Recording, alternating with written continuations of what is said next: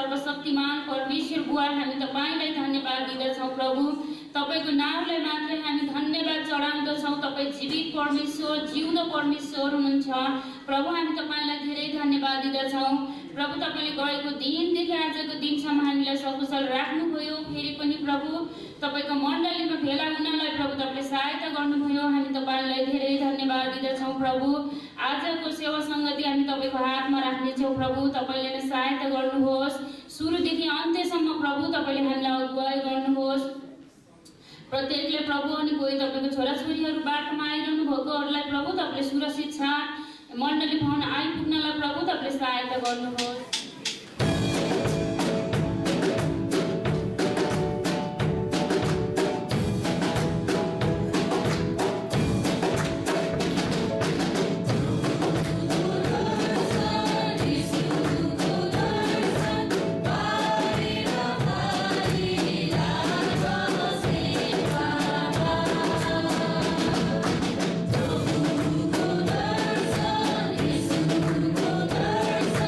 Bye.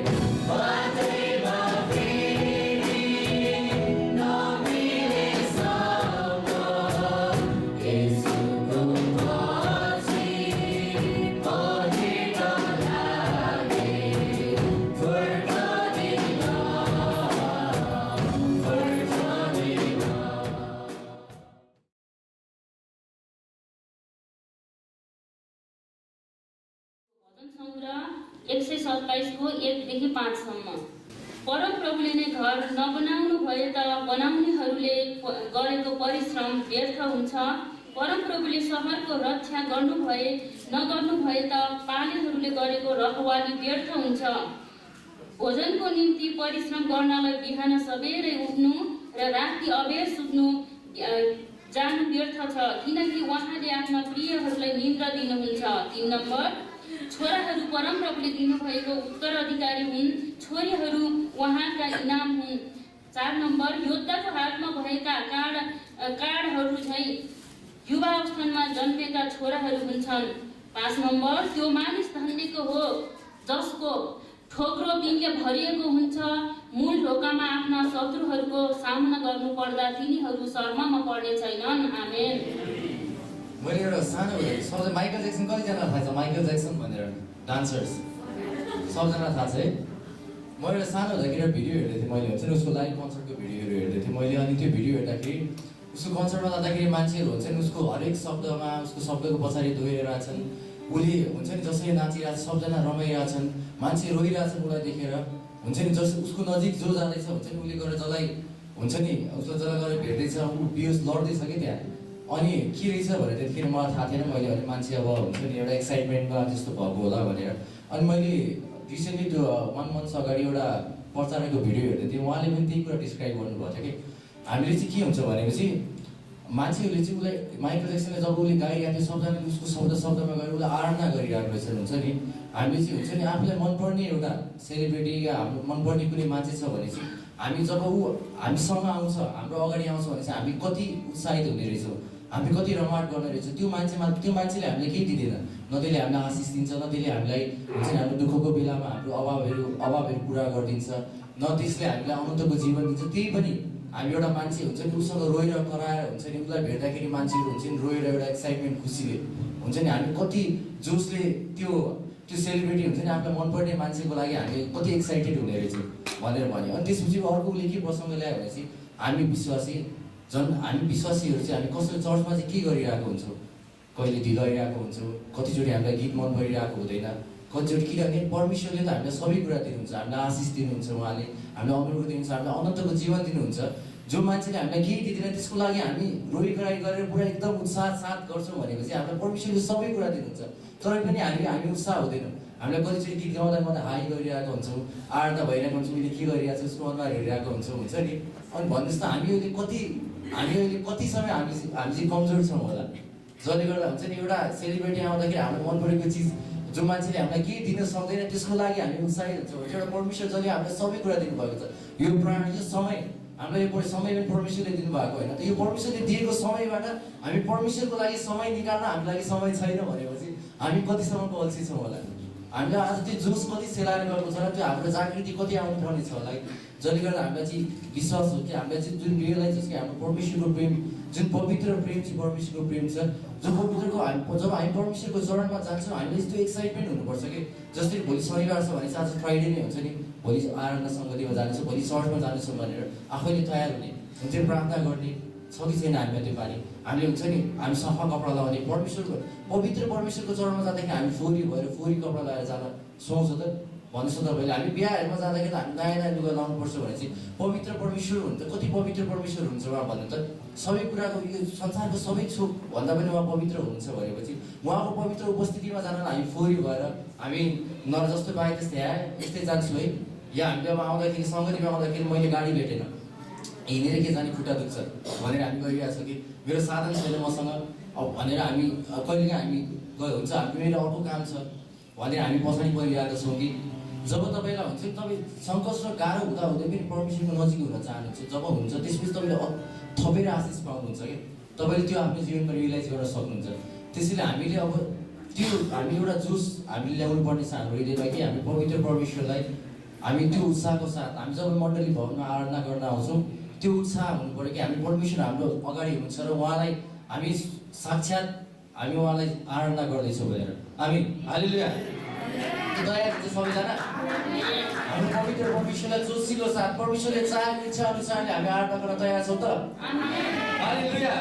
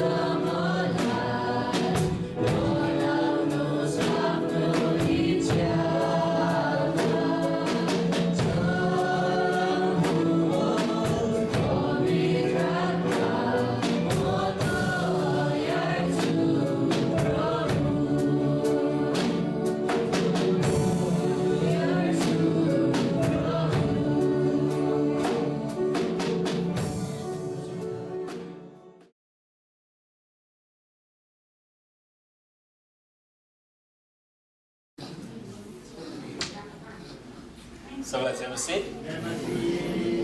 अनि तपाईँहरू पनि आपसमा हाँसेर आँखामा हेरेर जय मसीह भन्नु होला।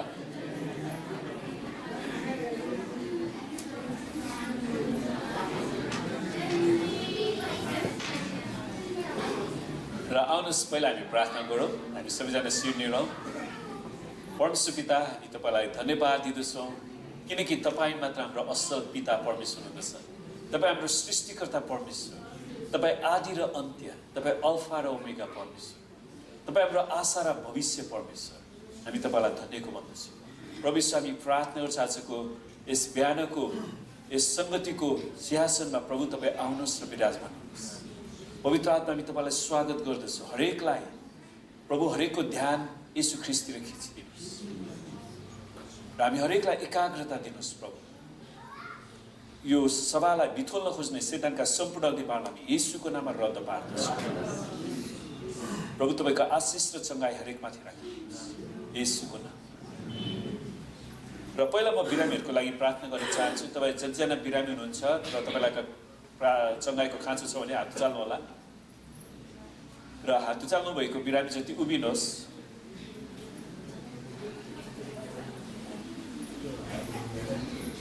हाम्रो परमेश्वर निको पार्नु हुने परमेश्वर हुँदछ। आमेन। र तपाईँलाई जहाँ समस्या छ त्यहाँ आफ्नो हात राख्नुहोस् र अरूहरूले बिरामीतिर हात बढाइदिनु होला र आउनुहोस् हामी प्रार्थना गरौँ। हालेलुया।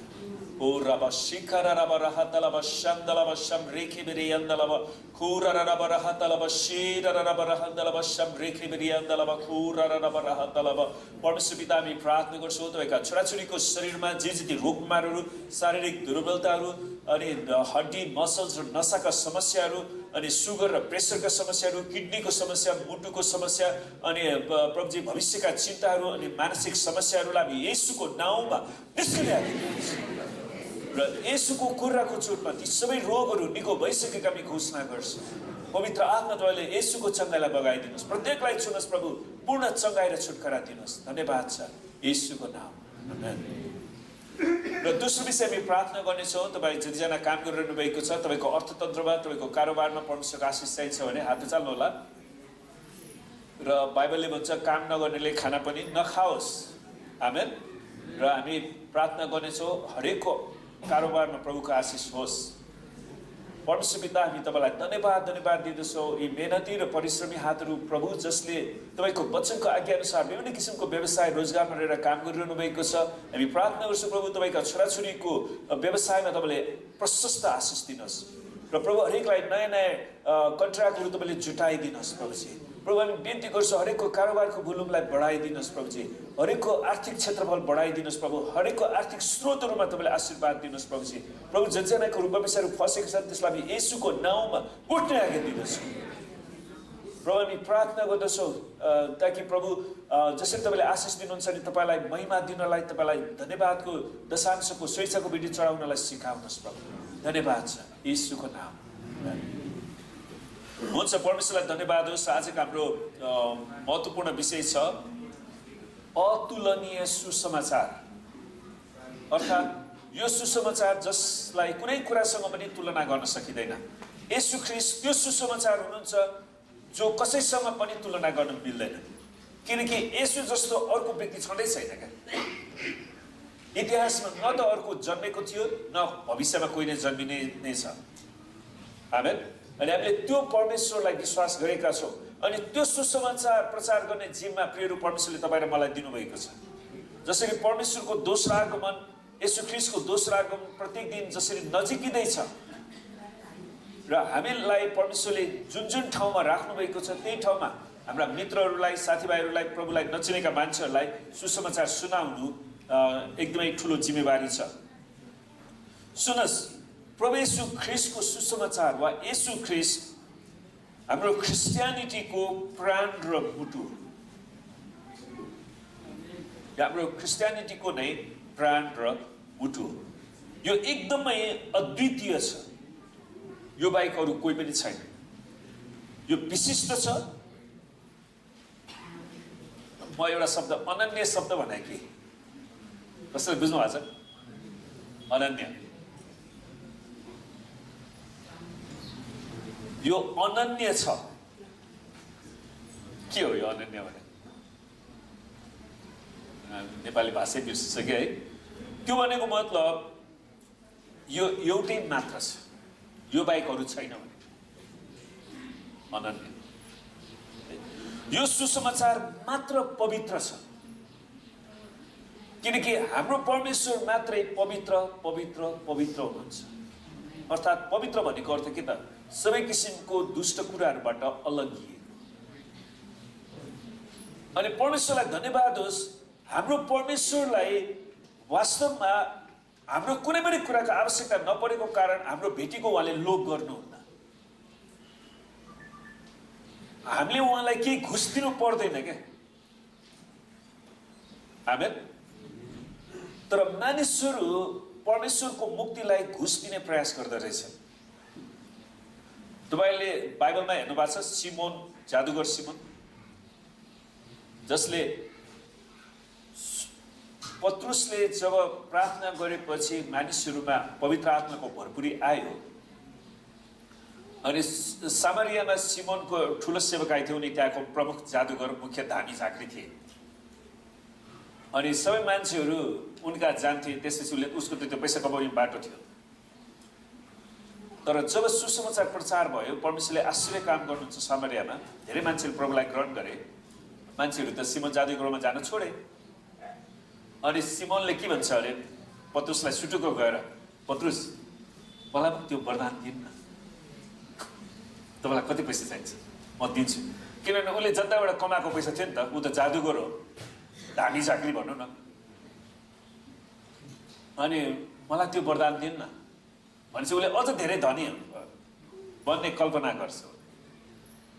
अनि वास्तवमा पत्रुसले त्यहाँनिर जुन जुन चाखलाग्दो कुरा लेख्नु भएको छ, नेपालीमा चाहिँ खास त्यसरी अनुवाद गराएको छैन, तिक्तता शब्द मात्र प्रयोग गराएको छ। इङ्ग्लिसमा चाहिँ पोइजनस बिटरनेस भन्ने शब्द प्रयोग गराएको छ। तितोपनाले विषालु भएको छ जस्तो। पत्रुसलाई त्यही भन्नुहुन्छ खास। इङ्ग्लिस नेपालीमा त्यो अनुवाद गराएको छैन। तिक्तता शब्द त अझै तिक्तताले भरिपूर्ण छस् भनेको छ प्रेरितमा। तर इङ्ग्लिसमा पोइजनस बिटरनेस, त विषालु कुराले तितोपनाले भरिएको छ। अर्थात् मानिसहरू जब सुसमाचारतिर फर्के, यसोतिर फर्के, उसको आम्दानीको स्रोत हटेर गयो। त्यसैले उसलाई जसरी भए पनि तिनीहरूको ध्यान खिच्ने प्रयास गर्छ। अनि बाइबलमा त्यसपछि उसलाई प्रस्ताव गर्नलाई पत्रुसले भन्छ, उसले प्रस्ताव गर्दैन। तर बाइबलमा त उसको बारेमा पछि लेखेको छैन। तर चर्चको परम्परा अनुसार, चर्च ट्रेडिसन अनुसार चाहिँ पछि त्यो मान्छे नामुद झुटा शिक्षक बने। किनकि मण्डलीमा कतिजना व्यक्तिहरू केही कुरा पाउनको लागि आइरहन्छ।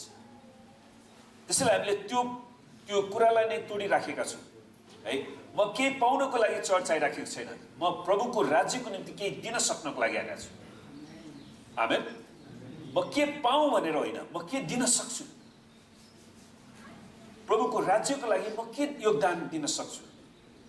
मैले आर्थिक योगदान दिन सक्छु कि अरू भेटघाटको योगदान दिन सक्छु कि अरूलाई सहायता पुर्याउन सक्छु कि प्रार्थनाको योगदान दिन सक्छु कि धेरै कुराहरू छ जुन कुरामा मैले योगदान दिन सक्ने कुराहरू।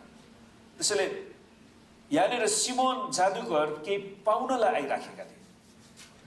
अनि परमेश्वरको गिफ्टलाई, परमेश्वरको वरदानलाई पनि पैसाले किन्ने प्रयास उसले गरिराखेका थिए। अनि संसारका धेरै मान्छेहरू आज त्यही लाइनमा छन्। तर परमेश्वरलाई धन्यवाद होस्, प्रभु यीशु ख्रीष्टले तपाईँ र मलाई शैतानको राज्यबाट छुटकारा दिनको लागि, अन्धकारको राज्यबाट छुटकारा दिएर धार्मिकताको राज्यमा, परमेश्वरको ज्योतिको राज्यमा स्थापना गर्नको लागि उहाँले आफ्नो जीवन दिनुभयो। आमेन। उहाँले त्यो दिए बापत उहाँले हामीसँग 1 रुपियाँ पनि 1 पैसा पनि माग्नु भएन। उहाँले हाम्रो सट्टामा सिधैमा त्यो ठाउँमा जानु। यो जस्तो सुसमाचार हामी कुनै पनि अन्य धर्ममा पाउँदैनौँ। आमेन।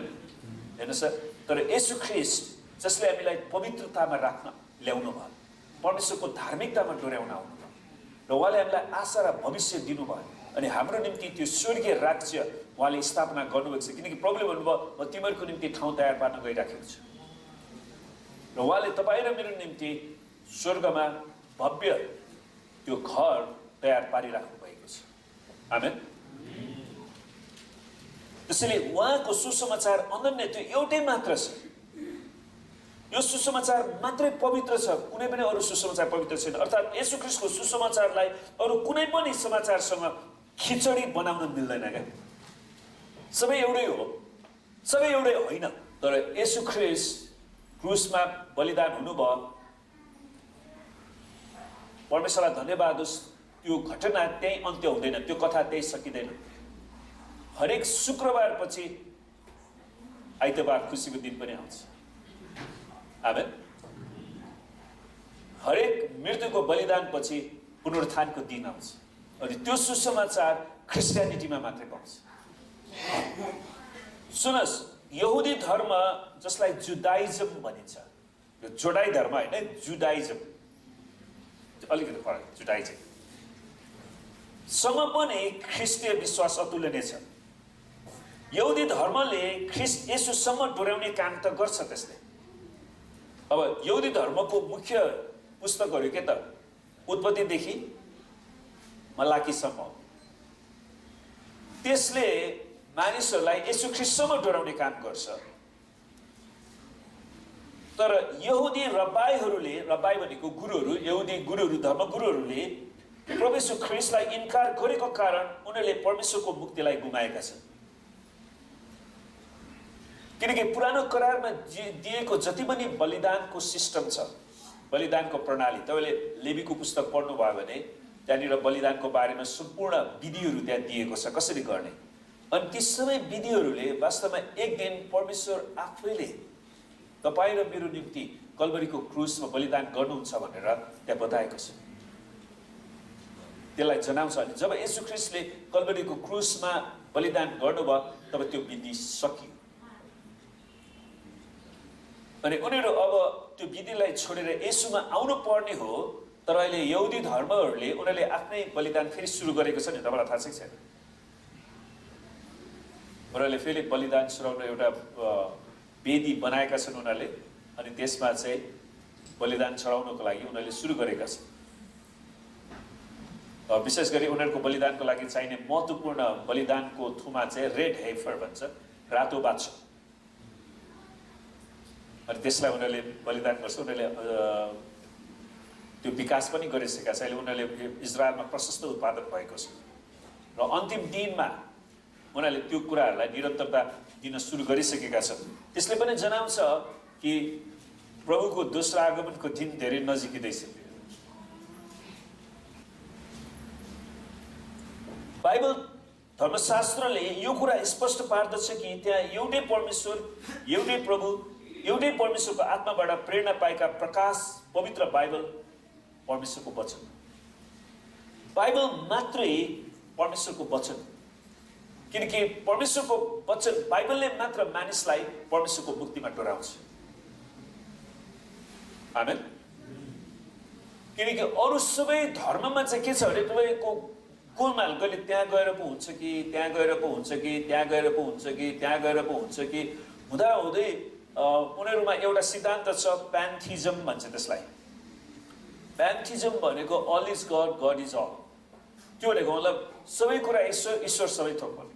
त्यसको मतलब के भने ढुङ्गा पनि ईश्वर, सुना पनि ईश्वर, के अरे कुकुर पनि ईश्वर, जुब्रा पनि ईश्वर, उडुस उपिया ती सबै ईश्वर, माछा पनि ईश्वर, गाई बस्तु सबै ईश्वर, हात्ती पनि ईश्वर, बाँदर पनि ईश्वर, त्यहाँ जे जति जीव जन्तुहरू छन् सबै ईश्वर। त्यसैले उनीहरूमा चाहिँ कन्फ्युजन भयो क्या। अब त्यो पो हो कि त्यो पो हो कि त्यो पो हो कि। तर बाइबलले चाहिँ स्पष्ट पारेको छ, परमेश्वरलाई धन्यवाद होस्, ती सबै कुरा सृष्टिका थोकहरू हुन् र त्यसमाथि परमेश्वरले हामीलाई अधिकार गरेर दिनुभएको छ। आमेन। र हामीले चाहिँ हाम्रो सृष्टिकर्ता येशू ख्रीष्टलाई मात्र आराधना गर्छौँ। त्रिएक परमेश्वर पिता, पुत्र, पवित्र आत्मा परमेश्वरलाई मात्र हामी आराधना गर्छौँ। अनि त्यो सत्यता बाइबलले मात्र दिएको छ। अरू कुनै पनि धर्मशास्त्रले त्यो बारेमा स्पष्ट तोकेर दिन सकेको छैन।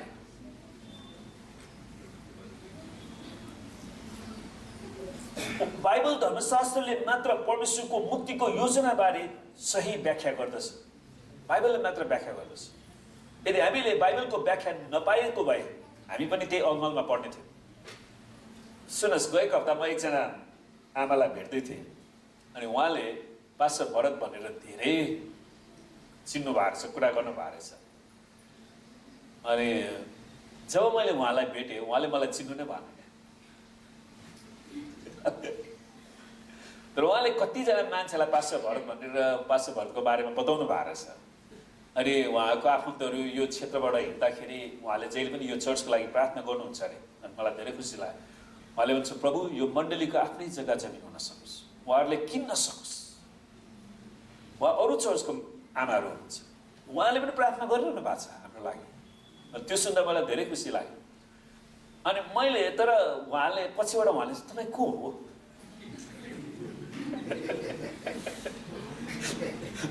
मैले भने म पास्टर भरत। ऊ छक्क पर्नु भयो क्या। अनि मलाई त्यसपछि ठ्याक्कै यो यहुदी धर्मको कुरा याद आयो क्या। उनीहरूले हजारौँ वर्षदेखि मुक्तिदाता आउनुहुनेछ, मसिह आउनुहुनेछ, उहाँ दाउदको सिंहासनमा बस्नुहुनेछ, उहाँले बलिदान गर्नुहुन्छ। यशाया 53 अध्यायमा हेर्नुहुन्छ, उहाँले पापको निम्ति बलिदान गर्नुहुनेछ, उहाँ सबै जातिको निम्ति अन्तर्विन्ती गर्नुहुनेछ, उहाँले आफ्नै रक्त खनाएर अन्तर्विन्ती गर्नुहुनेछ। अनि जब प्रभु येशू 2000 वर्ष अगाडि यरुसलेममा आउनुभयो, उहाँले मन्दिरमा परमेश्वरको वचनको बारेमा वाद विवाद गर्नुभयो। अनि उनीहरूले अचम्म माने, होइन यो व्यक्तिले, यो केटोले 12 वर्षको उमेरमा, यो 12 वर्षको केटोले कहाँबाट यो सबै कुरा सिक्यो? घुन्चै रब्बाईको स्कुलमा पढ्यो। उनीहरूले सबै रब्बाईहरूलाई छलफल गरे। रब्बाई मोसेस, यो येशूले तपाईँको स्कुलमा पढायो? मेरो स्कुलमा त आएकै छैन। अनि रब्बाई योसेफलाई सोध्छ, रब्बाई योसेफ तपाईँको स्कुलमा पढायो हो यो केटो? कसैको स्कुलमा नि पढायो, कहाँको? अनि प्रभु यीशुले भन्छ, मलाई मेरो पिताको घरमा बस्ने अधिकार छ। उनीहरूले कुरै बुझ्दैन। हजारौँ वर्षदेखि उनीहरूले मसीहको बारेमा प्रचार गरे। जब मसीह यरुसलेममा आउनुभयो, परमेश्वरको वचन सिकाउनु भयो, उनीहरू विरोधी भयो, उनीहरूले चिन्नै चाहेन। जब उहाँले रोगीहरूको निको पार्नुभयो, रोगीहरूलाई अन्धारको आँखा खोलिदिनु भयो, उनीहरू अचम्म टुवा परेर कहाँबाट यस्तो शक्ति पाए? अनि उहाँले भूतात्माहरू धपाउनु भयो, उल्टो येशूलाई दोष लाउँछ, यसले त बालजिबुलको शक्तिबाट पो भूत भएको त। प्रभुलाई पनि रिस उठ्यो, तिमीहरूको सन्तानले चाहिँ कसबाट धपाउँछ? किनभने त्यहाँनिर जादुगरहरू त्यो धामी झाँक्री त थियो नि त। अनि उनीहरूले पवित्र आत्माको अभिषेकलाई चिन्नै सकेन। जब हेर्नुहोस् त, परमेश्वर आउनुभयो उनीहरूको माझमा, उनीहरूको माझमा बस्नुभयो, उनीहरूको रोगीहरूलाई निको पारिदिनु भयो, उनीहरूको मरेकाहरूलाई बौरे उठाइदिनु भयो, उनीहरूको आँसु पुछिदिनु भयो, उनीहरूको को रोगीहरूलाई शुद्ध पारिदिनु भयो। ती सबै कुरा गरेर पनि उनीहरूले येशूलाई चिन्न सकेन। उहाँले उनीहरूलाई अझै एउटा शिक्षा पनि दिनुभयो, तिमीहरूले त्यो रुखको फल हेरेर चिन्नुपर्ने होइन र त्यो असल रुख हो कि खराब रुख हो भनेर। अनि कमसेकम तिमीहरूले मलाई विश्वास नगरे पनि मेरो कामलाई त हेर। तर पनि उनीहरू एकदमै शैतानले उनीहरूलाई अन्धो तुलाइदिएको थियो। अनि हिजो मैले फेरि एकचोटि त्यो गवाई हेरिरहेको थिएँ। हाम्रो रन वाइटलाई परमेश्वरले जुन दर्शन दिनुभएको थियो, त्यो रगत, येशू ख्रीष्टको रगत, जुन यर्मियाको समयमा बाबिलोनले इजरायललाई आक्रमण गर्ने भइसकेपछि परमेश्वरले यर्मियालाई पहिल्यै त्यो चाहिँ दोस्रो म्याकाबीसमा त्यो विवरण लेखेको रहेछ। अर्को पुस्तक छ, त्यो बाइबलमा छैन, त्यो यहुदीहरूको अर्को इतिहासको बारेमा। अनि त्यहाँनिर त्यो मन्दिरको जुन मेन गरी बलिदान चढाउने जे जति उनीहरूको त्यो थियो, त्यो करारको सन्दुक, त्यसलाई चाहिँ परमेश्वरले पहिल्यै अन्डरग्राउन्ड गर्नलाई भनिसक्नु भएको रहेछ। अनि उनीहरूले त्यसलाई लुकाएर राखेका थिए। अनि पछि परमेश्वरले यो व्यक्तिलाई, जन राइटलाई, उसलाई चाहिँ नै जब बोल्नको लागि त्यो खोज तलास गर्नको लागि दिनुभयो अनि परमेश्वरले नै त्यो प्रभु यीशु ख्रीष्ट क्रुसमा बलिदान हुँदाखेरि त्यहाँनिर भूकम्प गयो नि अनि त्यो पहाड चिरेर प्रभु यीशु ख्रीष्टको रगत र त्यो पानी र रगत बगेर अनि त्यो करारको सन्दुकको इस्ट वेस्टमा पश्चिमपट्टि भागमा चाहिँ त्यो पर्यो जुन चाहिँ खाली हुन्थ्यो।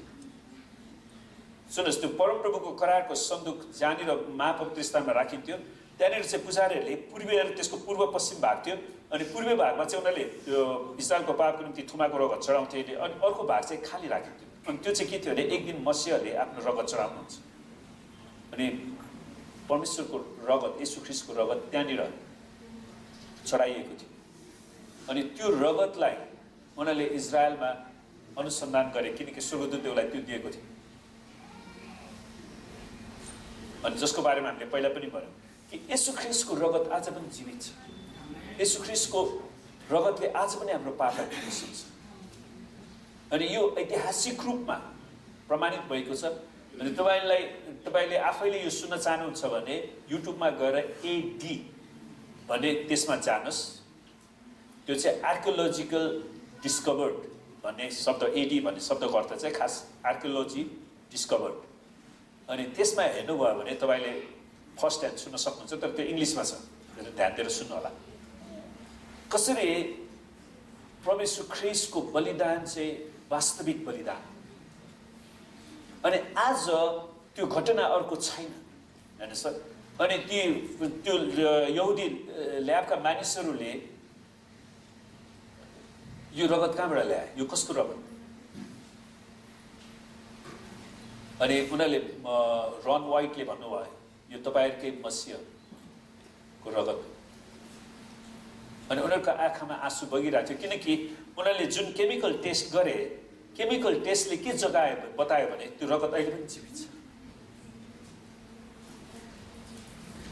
अनि याद गर्नुहोस् त्यसको भिडियोहरू सबै खिचेर त्यो त्यहीँनिर फेरि राखिएको छ अनि भविष्यमा त्यो सबै कुरा प्रमाणित गर्छ तिमीहरूले किन विश्वास गरेनौ प्रभुले त्यही कुरा सोध्नुहुन्छ। हामीले जे कुरा विश्वास गरेका छौँ त्यसलाई अहिलेको प्रविधिले पनि प्रमाण गरेको छ अनि परमेश्वरलाई धन्यवाद होस्। परमेश्वरले मात्र सम्पूर्ण इतिहासलाई बचाएर राख्न सक्नुहुन्छ। आमेन। परमेश्वरले मात्र सम्पूर्ण इतिहासलाई बचाएर राख्नुहुन्छ ताकि हाम्रो विश्वास अन्धविश्वास होइन प्रियहरू। हाम्रो विश्वास परमेश्वरले इतिहासमा गर्नुभएको त्यो ऐतिहासिक कामको त्यो विश्वास हो। त्यसैले त्यो विश्वासलाई हामीले बचाइराखेका छौँ अनि हामीले निरन्तर यो विश्वास हाम्रो बालबच्चामा हस्तान्तरण गर्दै जानुपर्छ।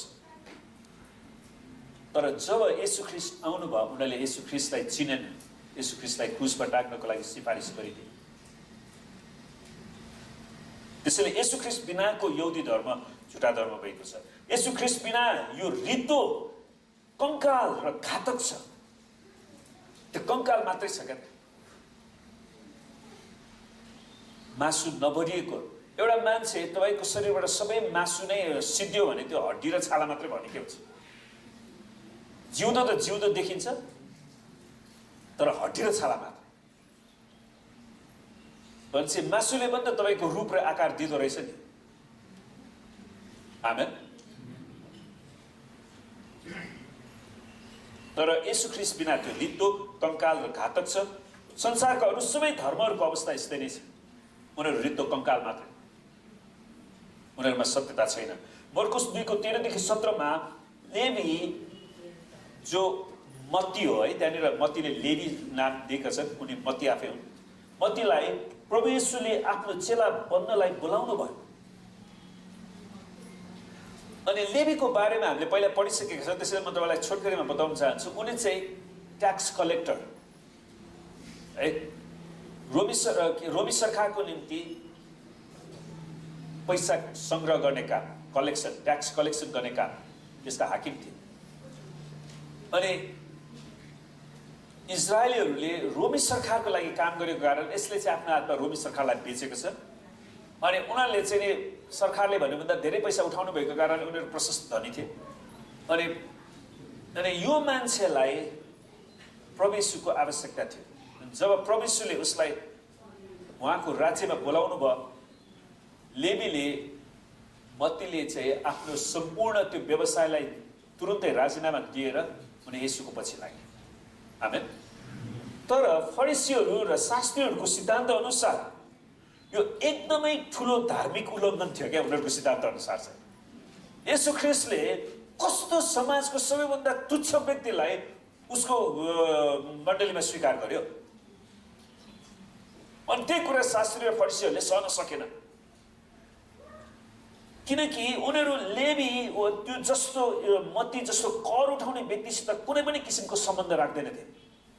उनीहरूलाई घरमा पनि आउन दिँदैन थियो। उनीहरूको तिम्रो बाटोमा त्यही अफिसमा त्यहीँ बस, हामी त्यहीँ कर उठाउन आउँछौँ, कर तिर्न आउँछौँ। उनीहरू चाहिँ जनताले त्यस्तोसम्म गर्थे क्या उनीहरूलाई। उनीहरूसँग कुनै बिहाबारी कुनै केही पनि समाजबाट पुरै बाहिर गर्थे उनीहरूले। अनि त्यो मान्छेलाई प्रभु येशूले स्वीकार्नु भयो। अनि त्यही कुरा फरिसी र सदुकीहरूलाई चित्तै बुझेन, किनकि तिनीहरूलाई समाजको तल्लो वर्गको कुलङ्गार, हेर्नुहोस् है, यो कर विभागमा काम गर्ने मान्छेहरूलाई कुलङ्गार, हाम्रो नेपाली समाजले यो पापी भन्छ नि मान्छेले है, कुलङ्गार, धोकेबाज हो। यहुदी धर्मलाई छोडेर यो रोमी सरकारको दास बन्न पुगे, रोमको चाकरी गर्न गयो, रोमको गुलामी गर्न गयो। हेर्नुहोस्, त्यो किसिमले सबै किसिमको तल्लो शब्द उनीहरूले प्रयोग गर्थे। अनि उसलाई एउटा अशुद्ध व्यक्तिको रूपमा लिइन्थ्यो। तिनीहरूलाई यरुशलेमको मन्दिर जानलाई बन्देज थियो। उनीहरू यरुशलेमको मन्दिर जान पनि पाउँथेन। तिनीहरू सभाघरमा पनि जान पाउँदैनथे। यो पापीलाई यहाँ छिर्न दिने होइन। हेर्नुहोस्, फरिसी सदुकीहरूले त्यस प्रकारले गर्थे। तिनीहरू कोरीहरू जस्तै गनिन्थे, किनभने त्यो बेलामा कोर रोगको निम्ति कुनै पनि भ्याक्सिनहरू औषधिहरू उपलब्ध नभएको कारणले कोर रोग लागेपछि उनीहरूलाई छुट्टै समाजबाट बाहिर राखिन्थ्यो। अनि यो व्यक्तिहरूलाई पनि तिनीहरूले त्यही गरेका थिए। तिनीहरूलाई पापीको दर्जामा राखेको कारण उनीहरूका समाजका हरेक व्यक्तिहरू कर उठाउने कर्मचारीबाट टाढै बस्नु पर्थ्यो। उनीहरू तिनीहरूबाट अलग्गै बस्थे। फरिसीहरू जसले देखावटी धर्मकर्म, धार्मिकता र पवित्रतालाई पछ्याउने भएका कारण सार्वजनिक रूपमा तिनीहरूको नजरमा नजिक पर्दैनथे। अनि फरिसीहरू चाहिँ देखावटी धर्मकर्म बढी गर्ने भएको कारण बाहिरी रूपमा मात्र, उनीहरूको भित्रबाट केही पनि छैन। अनि उनीहरू सार्वजनिक रूपमा उनीहरूको नजिक जाँदैनथे। यहाँ प्रभु येशूले यस्तो मान्छेलाई आफ्नो चेला हुनलाई बोलाउनु भएको छ। त्यो नै येशू ख्रीष्टको निम्ति सबैभन्दा ठुलो कुरा। सुन्नुहोस्, जसरी फरिसीहरूले कर उठाउनेहरूलाई हेर्थे, वास्तवमा परमेश्वरले पनि त सबै मानव जातिलाई त्यसरी नै हेर्नुपर्ने हो नि। परमेश्वरको दृष्टिमा हामी सबैभन्दा तुच्छ, अपवित्र, अशुद्ध, हामी कुनै बिना मूलको हुने। तर परमेश्वरले हामीलाई बचाउनलाई आफ्नो एकलौटी पुत्र दिनुभयो भने, अनि त्यही कुरा फरिसी र सदुकीहरूले बुझ्न सकेन। अनि तिनीहरूले चाहिँ कर उठाउने मान्छेलाई एकदमै खराब ठानेको थियो। अनि पछि गएर यही व्यक्ति 12 जना प्रेरित मध्ये एकजना गनिए। 12 जना प्रेरितहरूमध्ये उनलाई पनि चुनियो, राखियो। ऊ एउटा सिकारु मात्र थिएन, तर प्रभु येशू ख्रीष्टको सुसमाचारको घोषणा गर्ने व्यक्ति बनेका थिए अन्त्यमा। हेर्नुहोस्, परमेश्वरले समाजको सबैभन्दा काम नलाग्ने तुच्छ व्यक्तिलाई लिएर समाजको सबैभन्दा असल व्यक्ति पनि बनाउन सक्नुहुँदो रहेछ।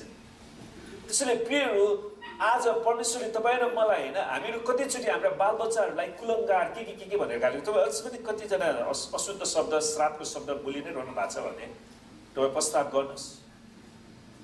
तपाईँले प्रार्थना गर्नुहोस् कि तपाईँको कन्सियस, सबकन्सियस र अनकन्सियस, हाम्रो दिमागमा 3वटा पार्ट हुन्छ, कन्सियस, सबकन्सियस र अनकन्सियस पार्ट।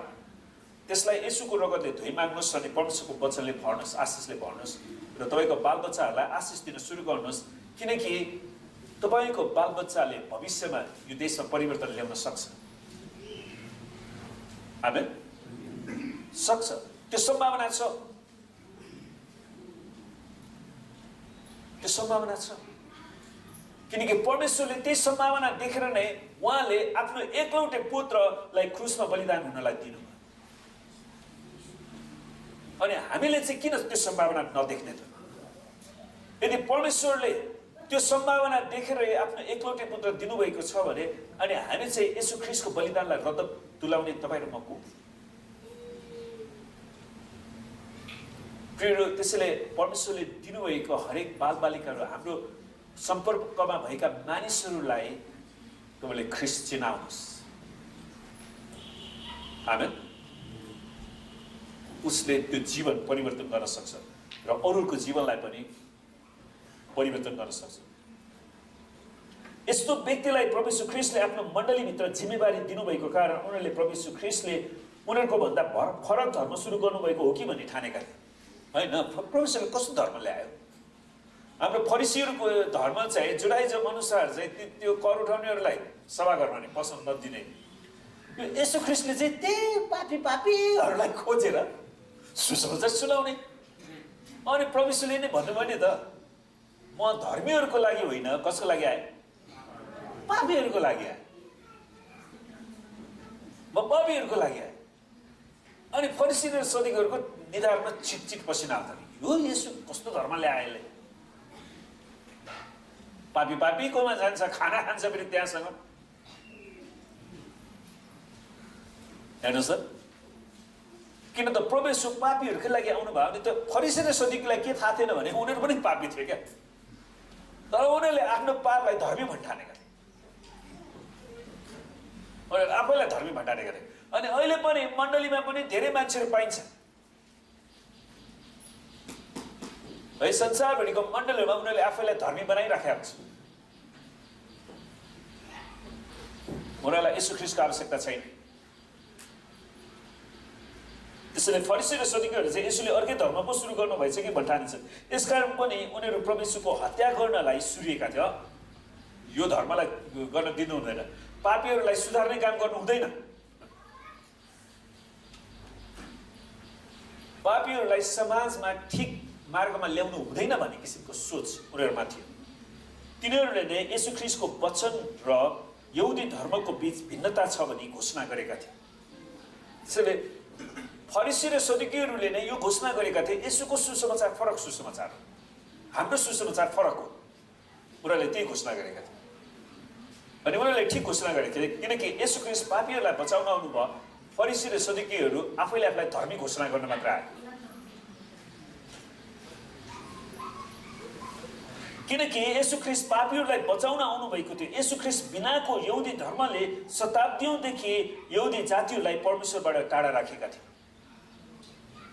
उनीहरूले परमेश्वरबाट टाढा राखे। उनीहरूको बीचमा नै गुटबन्दी थियो। वास्तवमा फरिसी र सदुकीहरूको छुट्टै चर्च,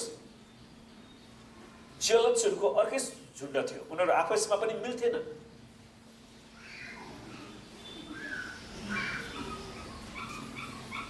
उनीहरूले के बुझ्न सकेका थिएनन् भने पुरानो करारको साँचो धर्म येशू ख्रीष्टमा पुरा भएको थियो। त्यसैले त पछिबाट परमेश्वरले पनि फरिसी र सदुकीहरूलाई भन्नुहुन्छ नि, तिनीहरू सेतो चिहान भनेको मतलब के भने उनीहरूको चलन के थियो भने धनी धनी मान्छेहरूले चाहिँ त्यो पहाडलाई खोपेर कोठा निकालेर त्यहाँनिर उनीहरूको लासहरू राख्थ्यो। अनि त्यसपछि टाइम टाइममा उनीहरूले त्यो अब पानी पर्दै जाँदाखेरि फोहोर मैला हुन्छ, त्यसपछि उनीहरूको च्यानलाई चाहिँ फेरि कमेरो पोतेर सेतो सफा बनाउने गर्थे। अब भित्र त कुहिएर सडेर के गइसक्यो होइन। अनि प्रभुले तिनीहरूलाई त्यही भन्नुभयो नि, यिनीहरू सेतो च्यान, भित्र चाहिँ सबै सडेर गलेर गइसक्यो, बाहिर मात्रै सफा देखाउँछ।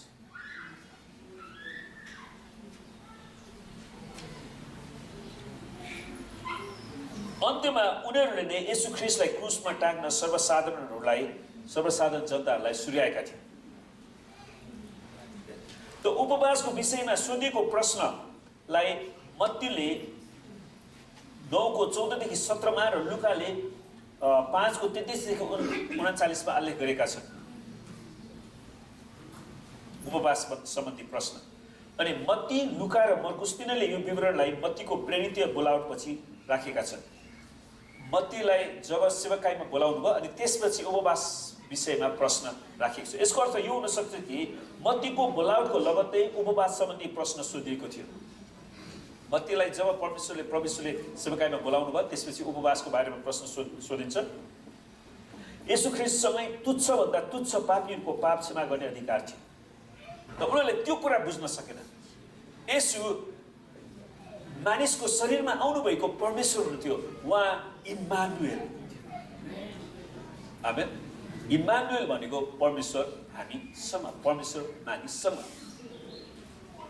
अनि त्यो परमेश्वरसँग पाप क्षमा गर्ने अधिकार थियो भन्ने कुरा फरिसी र सदुकीहरूले बुझ्न सकेन। येशू ख्रीष्टले एउटा कुरा स्पष्ट पार्नु भएको थियो कि उहाँको प्रचार र शिक्षा फरिसीहरूको ठिक विपरीत थियो। फरिसीहरूभन्दा ठिक विपरीत थियो। फरिसीहरूले स्वधार्मिकताको घोषणा गरिराखेका थिए, आफूलाई धर्मी बनाउने कुरामा घोषणा गरिराखेका थिए। येशू ख्रीष्ट पश्चाताप गर्ने पापीहरूलाई परमेश्वरको धार्मिकता दिन आउनुभएको थियो।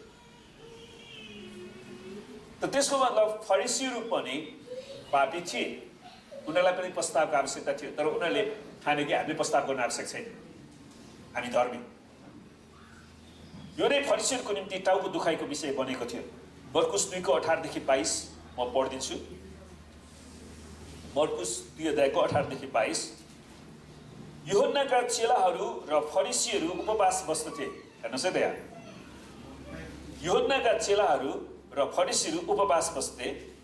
मानिसहरूले आएर उहाँलाई भने, यूहन्नाका चेला र फरिसीका चेलाहरू उपवास बस्छन्, तर तपाईँका चेलाहरू किन उपवास बस्दैनन्? कस्तो चाखलाग्दो प्रश्न है। यूहन्नाका चेला र फरिसीका चेलाहरू उपवास बस्थे, तर येशूका चेलाहरूले उपवास बसिराखेका थिएन।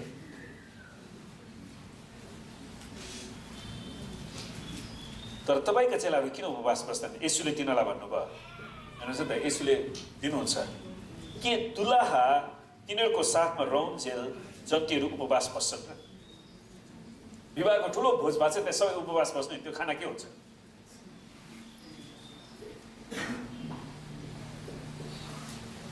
जहिलेसम्म दुलाहा तिनीहरूको साथमा हुन्छन् तिनीहरू उपवास बस्दैनन्, तर समय आउनेछ जब दुलाहा तिनीहरूबाट अलग गराइनेछन्, तब तिनीहरू त्यस दिन उपवास बस्नेछन्।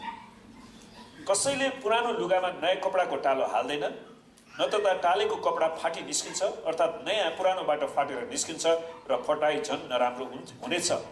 अनि कसैले नयाँ दाखमध्ये पुरानो छालाको मशकमा हाल्दैन, न त त्यस दाखमध्येले छालाको मशकहरू फुटाइदिन्छ र दाखमध्ये र मशक पनि नष्ट हुन्छन्, तर नयाँ दाखमध्ये चाहिँ नयाँ भाँडामा हालिन्छ।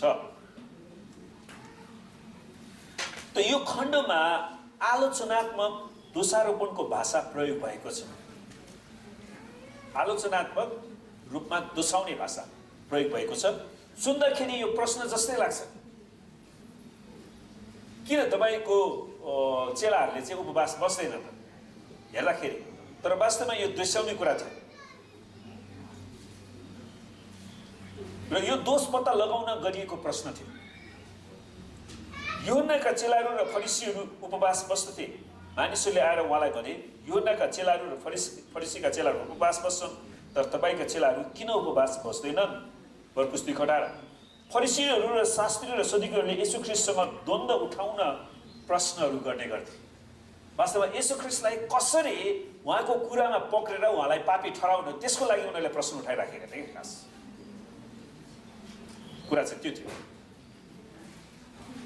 ती प्रश्नहरू तिनीहरूको मान्यता विपरीतको येशूको व्यवहारलाई लक्षित गरेर सोध्ने गरिन्थ्यो, किनकि उनीहरूले प्रचार गरेको दिएको शिक्षाभन्दा येशूले छुट्टै शिक्षा सिकाइरहनु भएको थियो। त्यसैले कसरी हुन्छ येशूलाई फसाउनको लागि उनीहरू प्रयास गरिराखेका थिए।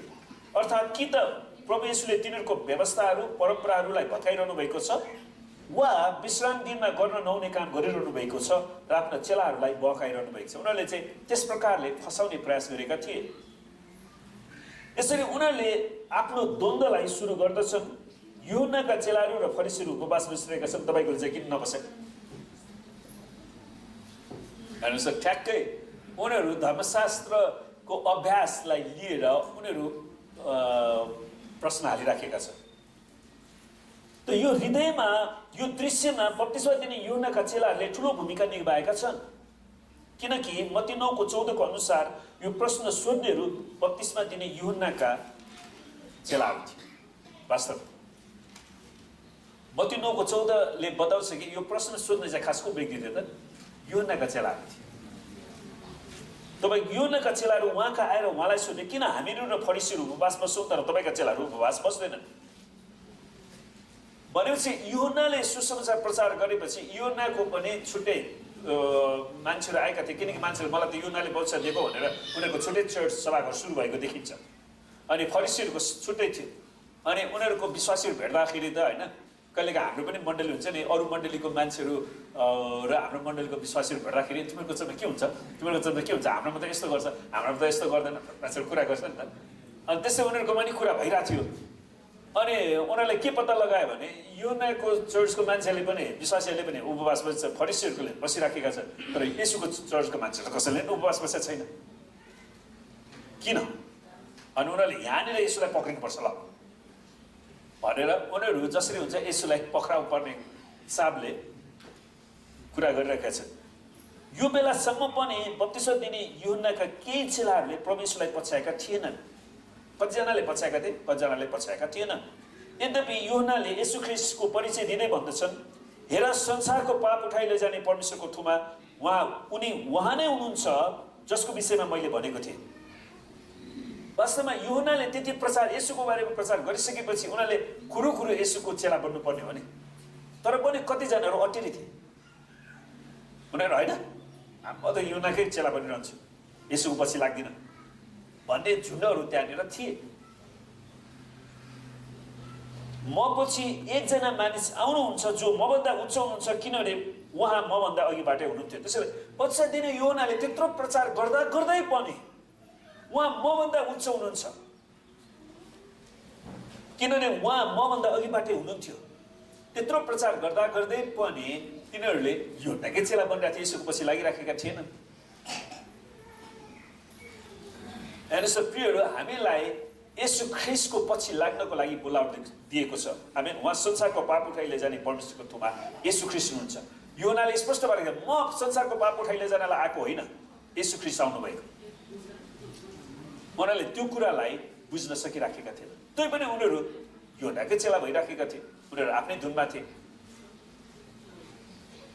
सम्भवतः उनीहरूलाई फरिसी र सदुकीहरूले बहकाएको पनि हुनसक्छ, अहिले येशूको पछि लाग्ने होइन है, अहिले बरु तिमीहरू यूहन्नाकै चेला बनिराख भन्यो होला क्या उनीहरूले। कहिलेकाहीँ सुन्नुहोस्, मैले अहिले पनि मान्छेले भन्छ क्या, कतिजनाहरूले त्यो पुनरुत्थान एक्लेसिया चर्चमा चाहिँ नजाऊ, बरु तिमी त्यही झुटामै गए पनि बसिराख अरे, त्यस्तो भन्ने पनि रहेछ क्या। यसपालिको यात्राले अलिकति कतिवटा कुरा थाहा भयो। अनि त्यो आत्मा चाहिँ त्यो बेलामा पनि थियो।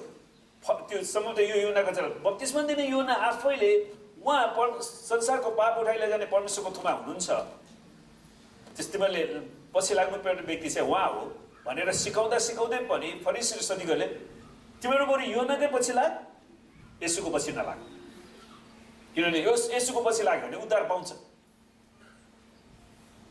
यूहन्नाकै पछि लाग्यो भने यूहन्ना मरेपछि त यिनीहरूलाई हामीले कब्जा गर्न सक्छौँ भन्ने सोच होला नि त उनीहरूको। जसरी हुन्छ मानिसहरूलाई परमेश्वरको राज्यमा जान नदिने तरिकाहरू विभिन्न कुराहरू हामी पाउँछौँ। म आफैले उहाँलाई चिनेको थिइनँ, तर उहाँ इजरायलमा प्रकट हुन् भनेर नै पानीले बप्तिस्मा दिँदै आए। त्यसैले बप्तिस्मा दिने यूहन्ना पछाडि उसले आफ्नो तर्फबाट येशूलाई चिनाउनको लागि भरमग्दुर प्रयास गर्छ र इजरायलमा मसीह प्रकट होस् भनेर उनले पानीको अवसर दिएका थिए वास्तवमा। अनि उनीहरूको हृदय मसीह आएपछि उहाँलाई स्वीकार गरोस् भनेर तयारी गर्न आएका थिए, तर त्यही पनि शैतानले खेलिराखेको थियो क्या। त्यसैले कसरी मानिसलाई नरकमा लानको लागि शैतानले चाहिँ खेलिरहँदो रहेछ। अनि त्यसैले हामी होसियार गर्नुपर्छ प्रियहरू। त्यसैले हामीले भनिरहेको छ, येशू ख्रीष्ट तपाईँ मात्र मेरो प्रभु र परमेश्वर। आमेन। म र मेरो घरानाले येशू तपाईँलाई मात्र हामी पछ्याउँछौँ, कुनै कसैको गुटबन्दीलाई हामी पछ्याउँदैनौँ, कसैको झुटा ग्रुपलाई हामी पछ्याउँदैनौँ, कसैको दुष्ट सङ्गतिलाई हामी पछ्याउँदैनौँ। जहाँ येशूको आदर छैन भने हामी त्यहाँ जाँदैनौँ।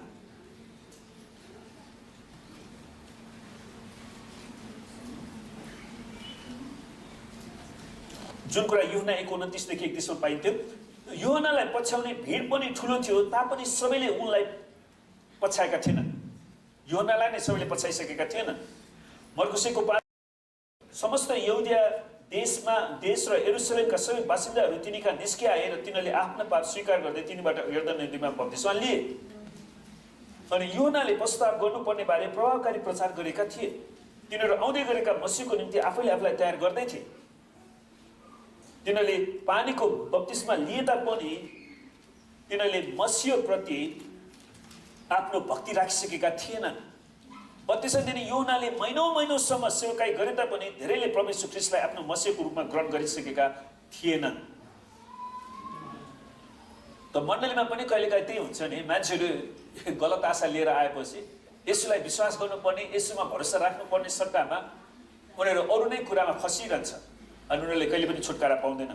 यसु ख्रीष्टको मृत्यु र पुनरुत्थान भइसकेपछि पनि त्यहाँ अझै परमेश्वरलाई नचिन्ने यूहन्नाका चेलाहरू थिए, हेर्नुहोस् है, जसले पश्चातापको बप्तिस्मा यूहन्नाबाट लिएका थिए।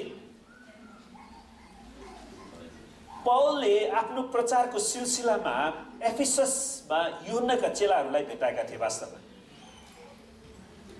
हेर्नुहोस्, उनीहरू अझै पनि यूहन्नाकै चेला भइरहेका थिए, उनीहरूले यसलाई पछ्याएका थिएनन्।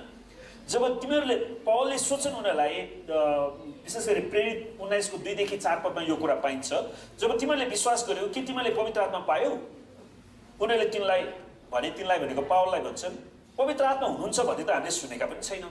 त्यसको मतलब के त? बप्तिस्मा दिने यूहन्नाले पवित्र आत्माको भरपुरीको बारेमा शिक्षा दिएका थिएनन्। अनि तिनले उनीहरूलाई भने, तब तिमीहरूले कस्तो बप्तिस्मा लियो? उनीहरूले भने यूहन्नाको बप्तिस्मा।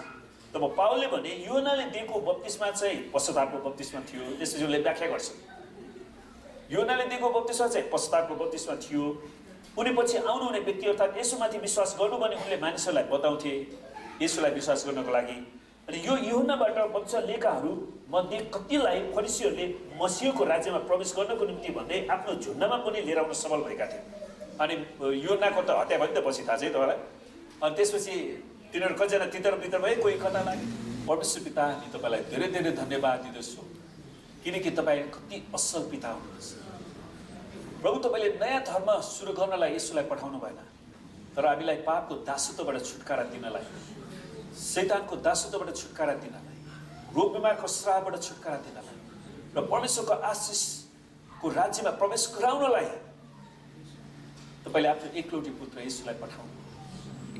हामी तपाईँलाई धन्यवाद दिन्छौँ प्रभु यीशु, तपाईँ हाम्रो सट्टामा क्रुसमा जानु, हाम्रो निम्ति त्यो पवित्र रगत बगाउनु भयो र हामीलाई फेरि पुनर्जीवन दिनुभएको छ। हामीलाई नयाँ आशा, नयाँ भविष्य अनि बाँच्ने उद्देश्य तपाईँले दिनुभएको छ। हामी तपाईँलाई धन्यको भन्दछौँ। प्रभु, हामी प्रार्थना गर्दछौँ, हाम्रो देशमा अझै पनि लाखौँ करोडौँ मानिसहरू छन् जसले तपाईँलाई चिनेका छैन। प्रभु, यस संसारको देवले उनीहरूको आँखालाई अन्धो तुलाइदिएको छ। प्रभु, हामी बिन्ती गर्दछौँ, उनीहरूको आत्मिक आँखा खोलिदिनुहोस् र उनीहरूले यसु नै प्रभु र परमेश्वर हुनुहुन्छ, यसुको बलिदानको सत्यतालाई देख्न सक्नु र यसुमा आफ्नो जीवनलाई अर्पण गर्न सक्नु। प्रभु, हामी तपाईँसँग बिन्ती गर्दछौँ। हामी प्रार्थना गर्छौँ प्रभु, यो हप्ता जो जति आउन सक्नु भएन, कोही रोगी बिरामी हुनुहुन्छ भने उनीहरूलाई हामी यसुको नाममा चङ्गाइको घोषणा गर्छौँ। कोही घटी कमीमा छन् भने उनीहरूको आवश्यकतालाई पुर्याउने आज्ञा दिँदछौँ। प्रभु, हामी प्रार्थना गर्छौँ, यो हप्ताभरिको हाम्रो सेवाकाईमा, यात्रामा, पढाइमा, सम्पूर्ण काममा तपाईँले हामीलाई आशीर्वाद दिनुहोस्। परमेश्वर पिता, हामी प्रार्थना गर्छौँ साँच्चै नै तपाईँले हाम्रो पुनरुत्थान एक्लेसिया मण्डलीलाई आशीर्वाद दिनुहोस् र हरेकलाई रक्षा गर्नुहोस्। प्रभुजी, प्रभु तपाईँले आफ्नो मण्डलीलाई आफ्नो मुख उनीहरूमाथि चम्काइदिनुहोस् र प्रत्येकलाई तपाईँले अनुग्रह गर्नुहोस्। परमेश्वर पिता, हामी प्रार्थना गर्छौँ तपाईँले आफ्नो चेहरा यस मण्डलीमाथि प्रकाश गरिदिनुहोस् र हरेकलाई परमेश्वर तपाईँको शान्तिले भर्नुहोस् र तपाईँको नाउँ मात्र यस मण्डलीमाथि कायम हुन सकेको होस्। प्रभु, हामी तपाईँलाई धन्यको भन्दछौँ र परमेश्वर पिताको प्रेम, परमेश्वर ख्रीष्टको अनुग्रह र पवित्र आत्माको संगति र सहभागिता हामीहरू हरेकसित आजदेखि सदा सर्वदा रहिरहँ। येशूको नाम। सबैलाई जय मसीह।